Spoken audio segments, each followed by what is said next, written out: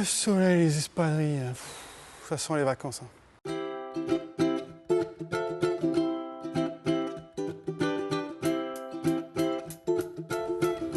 Ah, vous me pardonnerez cet accoutrement, mais aujourd'hui on vous parle d'une Citroën un peu spéciale qui, par sa couleur et par sa carrosserie en tôle ondulée, alors ici c'est du plastique, enfin de la fibre de verre, rend hommage au fameux Type H. Alors le Type H, c'est celui qu'on surnommait le tube, très célèbre en France.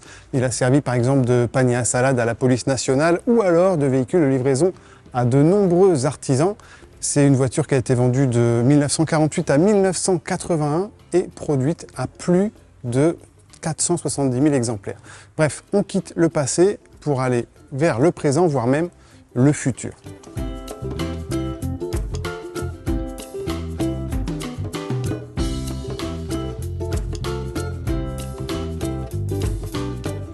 Le kit carrosserie, c'est quelque chose qu'on avait déjà vu sur le Space Tourer. On le doit au carrossier italien Casellani.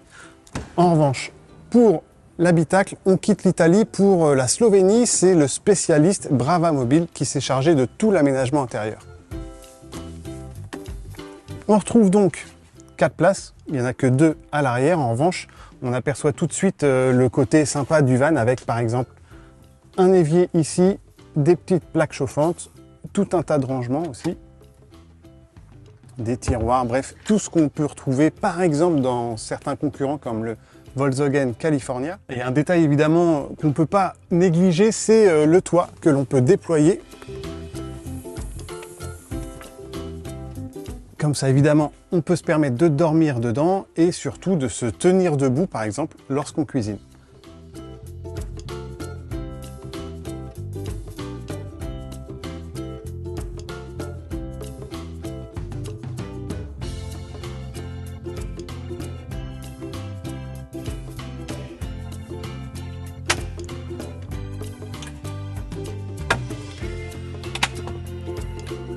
On peut aussi retourner les sièges avant pour configurer un petit salon.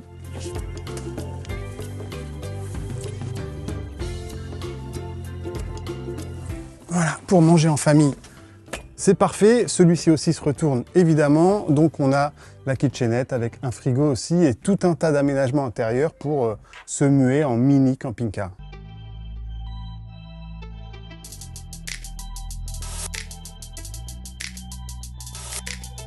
Et dans l'ensemble, c'est assez classique sur ce genre de van d'avoir tous ces aménagements, mais là, il y a une petite originalité assez bienvenue.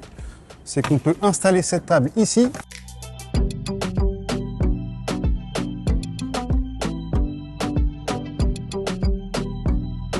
C'est parfait pour se faire un petit apéro à l'extérieur. Ça, c'est pratique pour aller chercher ses affaires de plage, par exemple. Mais évidemment, le coffre. Enfin, le haillon, on peut l'ouvrir en entier. À partir de là, on accède là encore à des armoires de rangement. Et dans celle-ci, on a par exemple une douchette.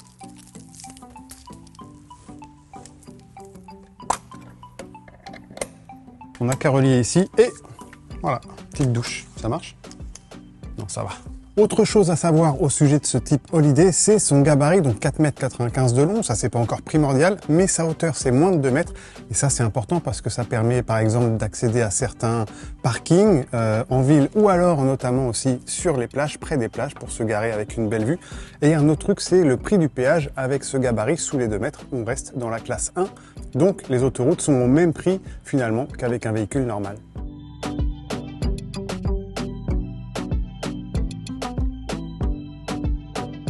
Alors pour tout transformer en lit, c'est relativement simple, mais il faut commencer par enlever les appuis-têtes.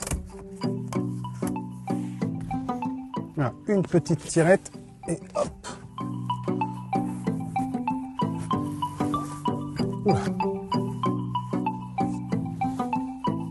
Et pour les pieds, il y a des petits coussins qui se rangent. Donc sous les sièges arrière, enfin c'est pas vraiment des coussins, c'est des petites banquettes. Et voilà.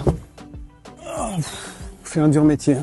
Évidemment, une fois en place, on a le deuxième couchage, ici, très facile à mettre en place. Et pour s'installer, le plus simple, c'est encore de monter sur les sièges avant. Voilà, bonne nuit. On a ici aussi donc un petit frigo, accessible en roulant ou même en dormant, c'est important.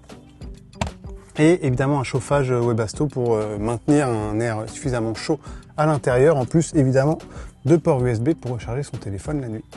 On n'a pas de date de commercialisation ni même de tarif annoncé pour l'instant, on en saura davantage en fin d'année 2023, mais ce qui est sûr c'est que ce modèle sera bien commercialisé directement chez Citroën avec ou sans le kit Caselani, donc on pourra aussi acheter le van avec la forme du Space Tourer classique sans ce kit en plastique.